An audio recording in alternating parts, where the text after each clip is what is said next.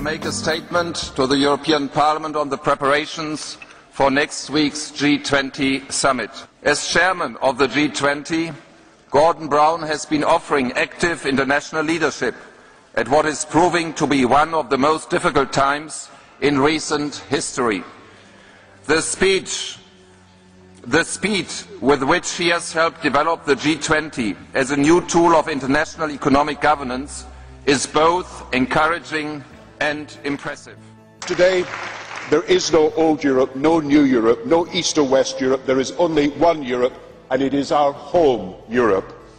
So I stand here, proud to be British and proud to be European, representing a country that does not see itself as an island adrift from Europe, but as a country at the centre of Europe, not in Europe's slipstream, but in Europe's mainstream. And that is why I am also proud that by a large majority, our British Parliament ratified the Lisbon Treaty.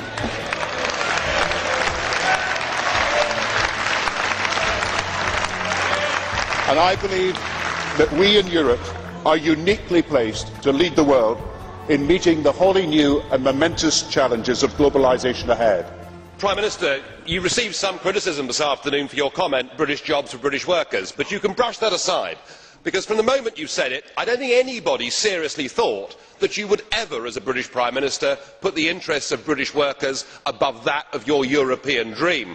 And my goodness me, you showed that this afternoon. It's just a pity that apart from UKIP, virtually nobody seems to have bothered to turn up to listen to you. No, you're very popular here. You're very popular indeed, because within a few days of the Irish saying no to the Lisbon Treaty, you had rammed that treaty through the British Parliament, and you've done it breaking a specific... You see, I said you were popular. You did it breaking a specific manifesto pledge that you would give the British people a referendum on the constitutional treaty. Shame on you, Prime Minister, for doing that. You have devalued democracy in our country. You have devalued the trust that voters have got in you as a British Prime Minister. But of course we know the reason why. The reason why is that we would have voted no. You said in your speech that none but those on the extremes oppose European Union. Well, that may be right amongst professional career politicians, but a clear majority of the British people want us to have friendship and free trade with the European Union, but do not want to be members of this political union. I want to discuss how we can build from a world which looks today unsustainable, unsafe and unequal, a truly global society which is sustainable for all, secure for all and fair to all. And let me repeat, I believe that the European Union is uniquely placed to lead in building this future. Will you now work to bring the United Kingdom into the euro in the post-recession period? I am also confident that perhaps after today you will announce the end of a couple of opt-outs, or even, as my friend Graham Watson said, announce the entry of the UK in the euro. Some of you will know that for many years I have advanced the case for a global Europe and for the economic reforms to make it happen. The initiative for a global response to a global crisis came from Europe. I will recall that both President Sarkozy and I went to Camp David to propose to President Bush a global response. But I have made this case so strongly in recent years precisely because I passionately want Europe to be leading on the world stage. Prime Minister, what a courageous speech. I see you've already mastered the essential craft of the European politician, namely the ability to say one thing in this chamber and a very different thing to your home electorate. You've spoken here about free trade and amen to that. Who would have guessed, listening to you just now, that you were the author of the phrase British jobs for British workers, and that you have subsidised, where you have not nationalised outright, swathes of our economy, including the car industry and many of the banks? Starting at our debate today, as we prepare for the London summit next week, I propose that we as Europe take a central role in replacing what was once called the old Washington consensus with a new and principled economic consensus for our times. You cannot continue against public opinion to build this European Union. If you do it against the will of the people, you are storing up enormous social and political problems for the future. Please, please, let the peoples of Europe decide their destiny. Don't have it done in parliaments like this and parliaments like Westminster. It won't work. I propose that Europe takes the lead in a bold plan to ensure that every continent now makes the changes in the banking system that will open the path to shared prosperity, that every country participates and cooperates in setting global standards for financial regulation, and every continent injects the resources we need to secure economic growth and jobs. We need a European Financial Services Authority.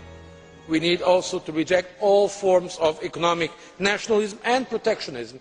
And I believe that for the first time we can also agree the big changes necessary for coordinated action that will signal the beginning of the end of offshore tax havens and offshore centres. With its unique experience of setting supranational, transnational rules, we show that the European Union is better prepared than anyone, not to impose, but to propose the rules for this globalisation. Our regulations should apply to every bank, everywhere, at every time, with no opt-out for a shadow banking system, no hiding place in any part of the world for tax avoiders who are refusing to pay their fair share. And as far as the economy is concerned, you've told us that somehow you're the economic guru.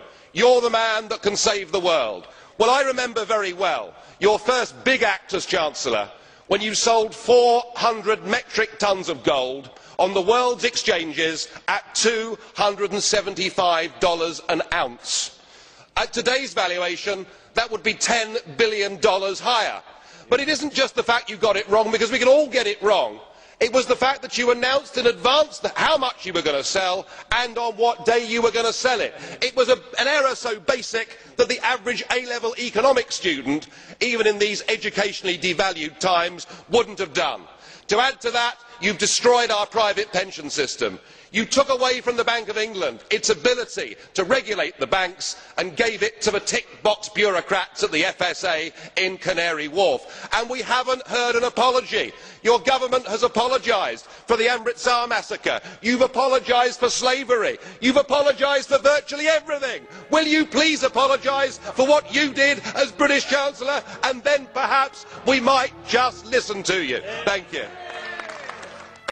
A new reformed International Monetary Fund in which we welcome greater representation from the emerging economies and which must have at least 500 billion of resources, twice what it has today, must be empowered to help countries that are facing a flight of capital, help them assist restructuring the capacity of the banks and enable them to restore lending to their industries. And so I want an international monetary fund that does not just react to crises, but prevents crises. And I want a World Bank that has the resources to prevent poverty and to facilitate, amidst the collapse of trade credits, the expansion of trade round the world.